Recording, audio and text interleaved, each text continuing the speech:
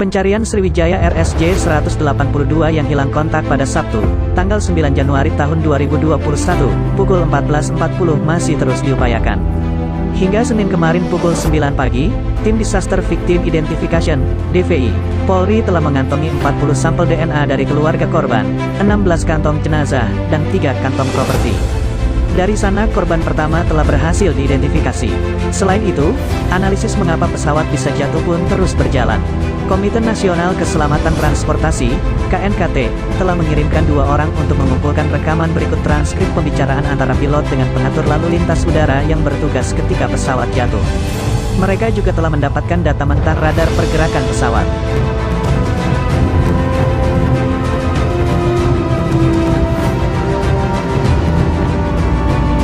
Sementara Basarnas telah menyerahkan komponen yang berhasil ditemukan, yakni Ground Proximity and Warning System, GPWS, radio altimeter, dan alat peluncur darurat.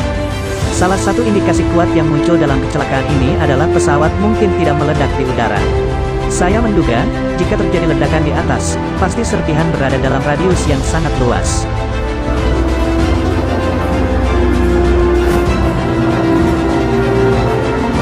Kemungkinan besar pesawat jatuh masih dalam kondisi utuh, kata Guru Besar Fakultas Teknik Mesin dan Dirgantara Institut Teknologi Bandung Hari Muhammad kepada reporter Tirto, Senin. Berdasar data di Posko SAR Jakarta International Container Terminal 2 Tanjung Priok, per Senin, tim SAR menyisir titik jatuhnya pesawat dalam radius 25 nm garis pantai di 6 sektor dengan luas area pencarian masing-masing 37 nm persegi. Pencarian dilakukan di sekitar Pulau Lancang, Pulau Laki, dan Tanjung Kait. Jangkauan pencarian belum masuk dalam kategori yang Haris sebut radius yang sangat luas.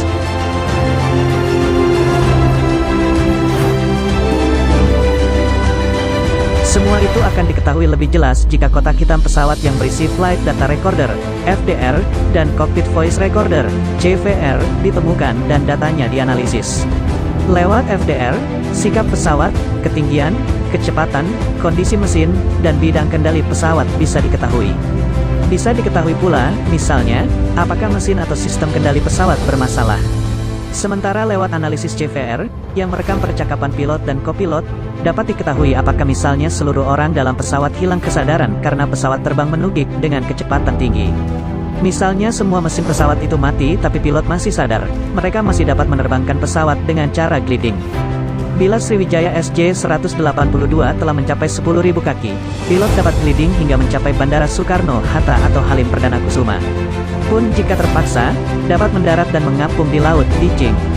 Ditching dalam kondisi seperti ini tidak akan memecahkan pesawat. Bisa juga mesin Sriwijaya SJ-182 masih menyala dan berkekuatan penuh, akan tetapi terbang menukik ke bawah dengan kecepatan tinggi. Kalau hal itu terjadi, dengan kecepatan sebesar itu, akan remuk, katanya. Hari mengatakan beban percepatan yang bisa ditanggung oleh pesawat komersial adalah 2,5 G. Sebagai gambaran, pesawat tempur didesain untuk bermanuver hingga 9 G. Lebih dari itu, struktur pesawat komersial bisa rontok. Ketua KNKT Suryanto Cahyono pun membenarkan dugaan ini. Dia bilang pesawat mungkin tak meledak di udara, tapi hancur karena benturan air. Hal ini sementara disimpulkan dari serpihan yang berhasil ditemukan. Menurutnya, serpihan itu tidak hancur mencurigakan, tapi natural karena benturan ke air.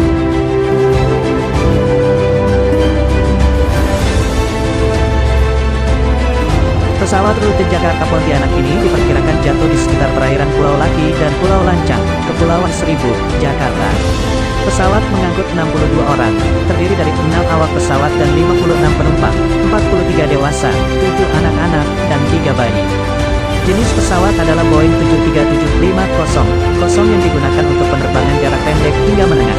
Telah beroperasi sejak tanggal 13 Mei tahun 1994. Berdasarkan data dari flightradar24.com, pesawat jatuh atau terbang merendah namun dalam kecepatan tinggi. Dari data yang berbasis Automatic Dependent Surveillance Broadcast, ADS-B, pesawat itu diketahui lepas landas dari Soekarno-Hatta pada pukul 7.35 UTC atau pukul 14.35 waktu Indonesia Barat.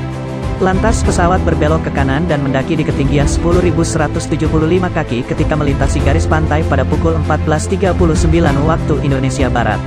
Detik-detik setelah pukul 14.40 waktu Indonesia Barat, pukul 7.40 UTC, menjadi bagian krusial bagi Boeing 737-524 dengan registrasi PKCLC itu. Pesawat berbelok tajam ke arah kanan. Perlahan ketinggian maupun kecepatannya menurun dalam hitungan detik, berikut rinciannya. Kemudian, pada pukul 14.40, 27 WIB, pukul 7.40, 27 UTC, pesawat yang pernah dioperasikan Continental Airlines dan United Airlines ini mencapai kecepatan tertinggi selama penerbangan, 358 knots. Dalam kecepatan maksimal tersebut, pesawat justru terbang rendah sekali, hanya 250 kaki. Dalam bahasa yang lebih awam, dalam waktu 19 detik, pesawat turun curam dari ketinggian 10.725 kaki menuju 250 kaki. Flight Instructor dan Citation V-Jet Captain Gemal Guryadi menyebut data-data ini menunjukkan sejumlah kejanggalan. Selain drop dari 10.900 kaki jadi 4.500 kaki, kejanggalan lain adalah pesawat terus berputar ke kiri dan menukik hingga minus 30.000 kaki per menit, lalu pesawat mencoba untuk naik di 22.000 kaki per menit sebelum menyentuh air. Semua perubahan tersebut hanya terjadi dalam 1 menit, katanya. Kemudian, kejanggalan lain, dari yang seharusnya trek jalur 23 derajat, miring 6 derajat dan dalam hitungan detik menjadi 339 derajat. Di sini diketahui bahwa pesawat ketika jatuh dalam kondisi berputar ke kiri. Dari data-data itu dia bilang, muncul dugaan adanya loss of aircraft control, yang benar atau tidaknya, harus dibuktikan melalui FDR dan CVR maupun metode lain secara menyeluruh.